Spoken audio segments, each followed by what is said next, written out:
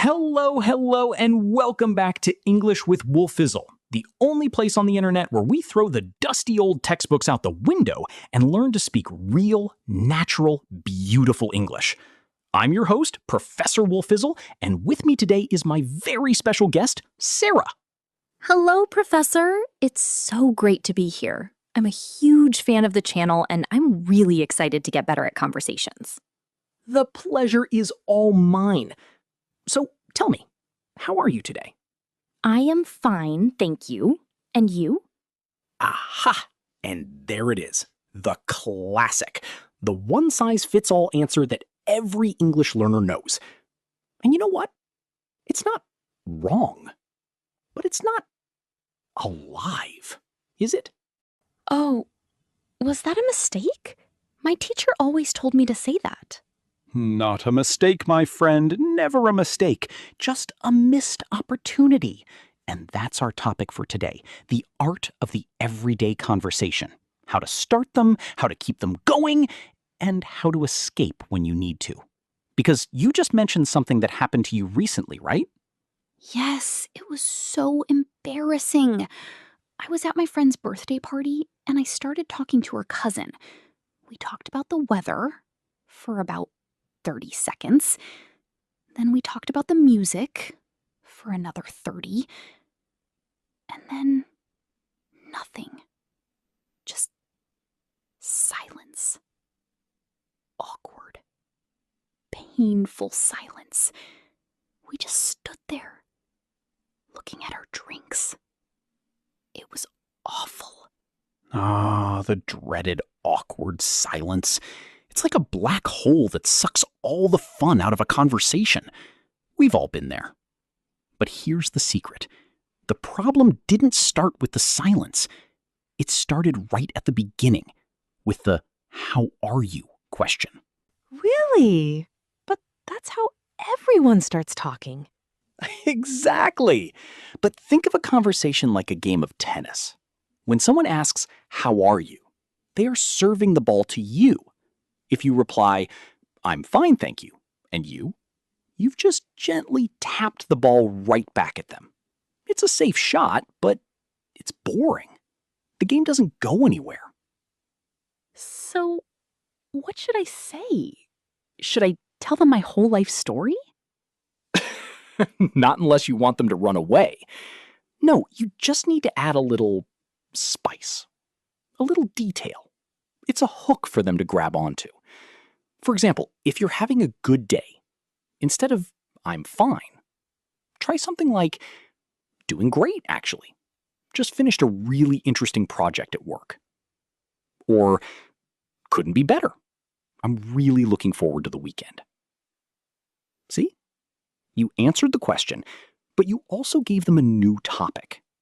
Your project or your weekend plans. Oh, I see. So I give them something to ask about. Like, oh, what project were you working on? Precisely. You've passed the ball back with a little spin on it. You've made the game interesting.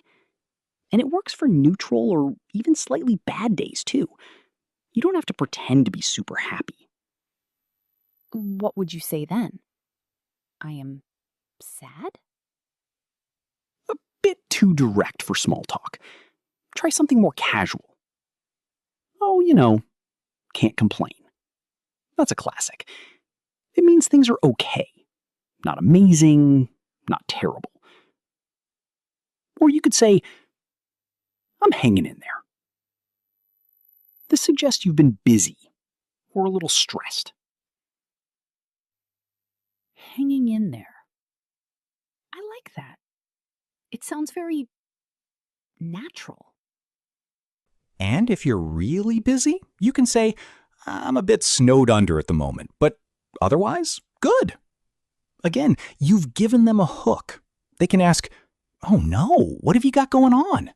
And boom, a real conversation is born.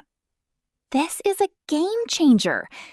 So if we go back to the party, I meet the cousin, he says, "How are you?" And I say, "Doing great, thanks. This party is fantastic, isn't it?" Perfect. You've answered, You've shared your positive feeling, and you've immediately pointed to something you both share in that moment. The party. You've built a bridge from you and me to us. Okay, so we've started strong, but what if the conversation starts to die down again? How do I keep it going without asking boring questions? Another excellent question. This is where you need my secret weapon. I call it the Wolfizzle 4. It's an easy way to remember the best topics for small talk. They are family, occupation, recreation, and dreams. Family, occupation, recreation, dreams. FORD. Like the car. Exactly. It helps you remember. But the key is how you ask the questions. Exactly. It helps you remember. But the key is how you ask the questions. You want to avoid yes or no questions. We call these closed questions. They are conversation killers. Let's talk about occupation. I always find this one tricky. If I ask, what do you do? It's fine, but how do I make it more interesting without sounding like I'm interviewing them for a job? Great point, Sarah. The trick is to follow up the answer with a question about their passion, not their tasks. If they say, I'm an accountant, don't ask, do you like numbers? Boring. Instead, ask, so how did you get into accounting? Or what do you enjoy most about working with those kinds of clients? Oh, I see.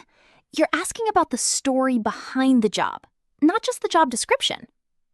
Exactly. Everyone has a story. By asking, how did you get into that? You give them permission to tell their story. And suddenly, it's not a boring job discussion anymore. What about recreation? Everyone always asks, what are you doing this weekend? But I feel like my answer is always boring. Like, I'm just doing laundry. Ah, the classic weekend trap.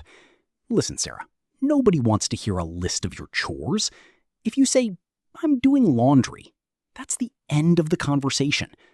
But watch how we spin that. Instead of, I'm doing laundry, try, I'm finally catching up on some housework and getting organized for the week ahead. It feels so good to declutter. Oh, that sounds productive and positive. And if I want to ask them? Skip the basic, what are you doing question. Try something more specific, like, have you got anything fun planned for the weekend? Or is it going to be a busy one for you? It gives them a wider range of answers. I love that. It makes the weekend feel like a shared experience rather than a calendar entry. Now, before we move to the dreams part, we have to talk about something crucial, the danger zone. Danger zone? That sounds intense. It is. When you are getting to know someone, there are certain topics you should strictly avoid in the first conversation. We call these the RPM topics: religion, politics, and money. That makes sense. Those topics can get heated very quickly. Precisely. Small talk is meant to be a bridge, not a battlefield. If you start talking about sensitive issues, you might accidentally shut the conversation down completely. Stick to the Ford method: family, occupation, recreation, dreams. And you'll stay in the safe, friendly zone. What if the other person brings up RPM? How do I get out of that? That's a pro move. Use a pivot. You acknowledge what they said, but you steer the conversation somewhere else. You could say, that's an interesting perspective, but honestly, I've been so distracted by this event, I haven't even kept up with the news. By the way, have you tried the food here? A pivot. I like it. Acknowledge and steer. Exactly. Now, let's put it all into practice. Let's do a quick role play. I'm a stranger at a party, and I've just walked up to you. I'll start. Hey, crazy party, right? Have you known the host for a long time? Oh, okay. Um, yeah, it is crazy. Actually, I've known her since university. We studied design together. How do you know her? Oh, we used to be colleagues at an old company. It feels like a lifetime ago. But you studied design? That sounds fascinating. What kind of design? Brilliant, Sarah! Did you hear that? You didn't just answer, you gave me a hook about design, and then you pivoted immediately to recreation using the Ford method. You took control of the conversation.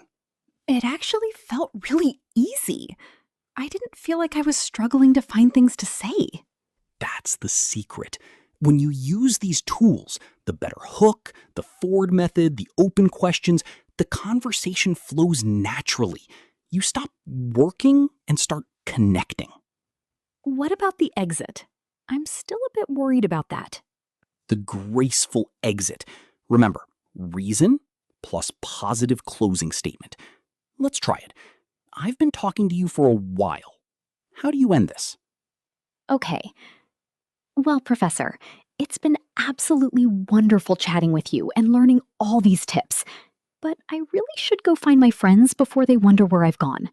I hope you enjoy the rest of the party. Perfect! See? Polite, firm, positive, and you didn't ghost me.